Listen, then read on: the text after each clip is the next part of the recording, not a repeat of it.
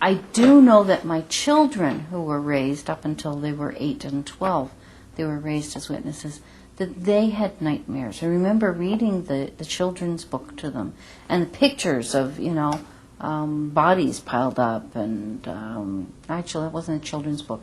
I think that was some of the Babylon the Great books, and that was kind of scary for kids to think that, if they didn't obey, they would wind up like a dead carcass, and with the birds picking over their bones. So they had nightmares over that. And that's, I think back, what a horrible thing, an image to give to young children, that if they don't obey, they're going to be, raw meat for the birds.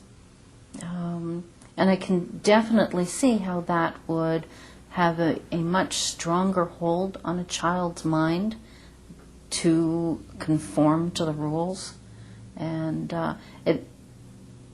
it makes it understandable why people who've been raised their whole lives as witnesses have a much greater, more difficult time breaking free, because there's all really heavy-duty fears planted in there.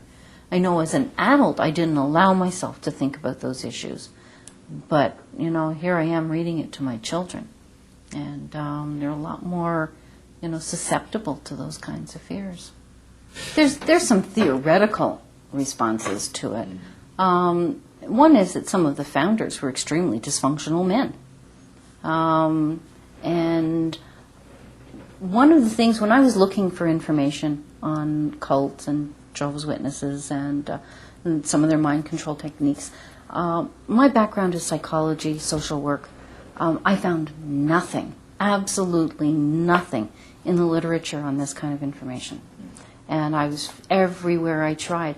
McGill University is a pretty big university. I figured for sure I would find something there, and I found nothing.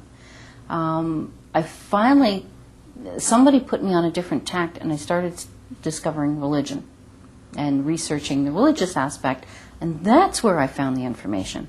And unfortunately, there's very little crossover between psychology and social work or counseling and religion. And one of the things I would like to do is go back and get my master's, because there needs to be a crossover there where the two, you can begin to see the psychological impact of something that comes from religion.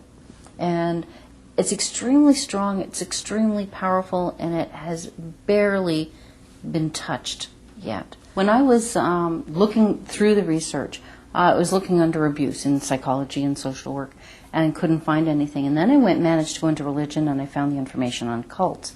And what I was able to discover from this is that my background is in abuse, physical abuse, sexual abuse, and emotional abuse. But psychology doesn't deal with that. Religion deals with the spirituality. And when you put the two together, you see the dynamics are the same, identical. Whether it's a group or a husband or a parent over a child, abuse, the techniques are the same. And by putting the two together, you can begin to get a greater picture of what abuse does to people. And what you begin to see is that people who have been abused and, suffer from post-traumatic stress disorder, well, people who come out of cults experience what has been defined as post-cult trauma syndrome, which is basically the same thing, with a spirituality element to it. And we need to do more research in this area to be able to kind of get a broader idea of just how this works. But people very often coming out will experience all of the symptoms of post-traumatic stress disorder. Spontaneous crying, a loss of self, which was actually taken away.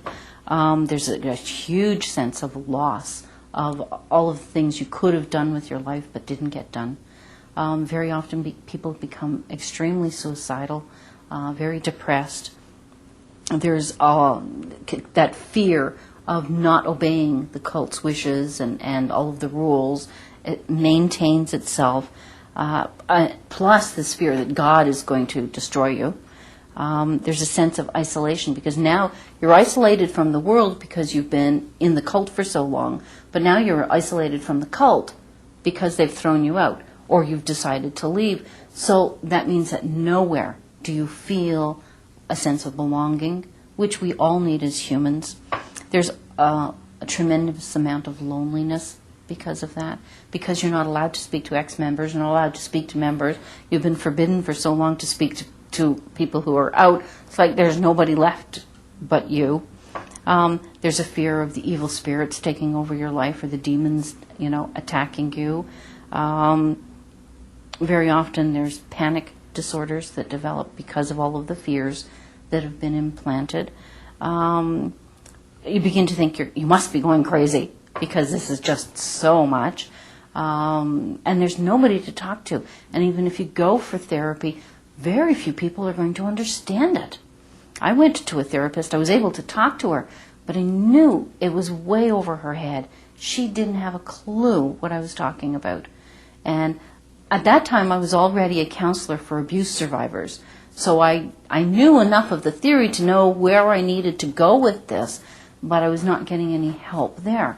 And at one point, I talked to a minister, and he didn't know any of the issues of abuse. So no matter which side I went to, there wasn't any real support or understanding for what I needed to do to get through this particular healing process.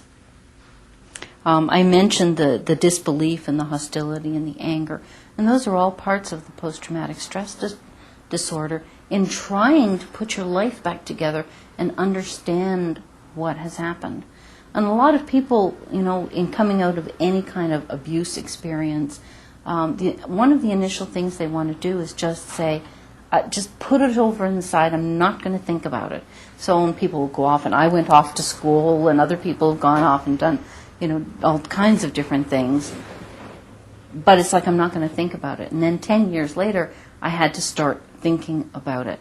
And you're kind of like, what took me so long? And again, you're feeling negative and the guilt and the shame because you haven't been doing this work, or you haven't gone back, or you haven't moved forward.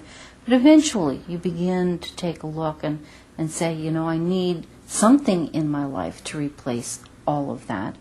But I have to look at what that was and who I am today. And the nice thing about the time that it takes people is sometimes they've managed to develop some skills and a sense of self that they can begin to take a look at and kind of get the mind thinking again, so that they can begin to take a look at how shut down and closed they became while in the group. My mother's still a group member, and it's a challenge sometimes to kind of say, like, is she better off in or out? So, and she's older. Would she really, benefit by coming out? What kind of a life would she have? Because those of us who have come out know what a challenge it is. And so you kind of debate, which way to go. Very often, too, when we talk about post-traumatic stress disorder, people have flashbacks. I had flashbacks. I know the first few weeks I wasn't out there knocking on doors. Saturday morning I was up, I should be out knocking on doors. I should be doing this. Or in the summer, everybody's going to the assembly, I should be off at the assembly. And so all of these kinds of things kind of flash back. And they become less frequent, but occasionally they still, something will trigger a memory. And people think, well, this means I must want to go back. And really, flashbacks are simply a reliving of the experience that was so ingrained in the individual and just needs to be not just kind of pushed on the side, but taken out and looked at, and how did this affect me then? How does it affect me now? Not only in what I believe, but in how I feel. Because one of the things that cults do is they limit your feeling. You're not allowed to be too happy or too sad. If you are, like, for years, I hid my depression. And people need to be able to learn how to feel again, how to cry again. For years, I never cried. And I cried after I left.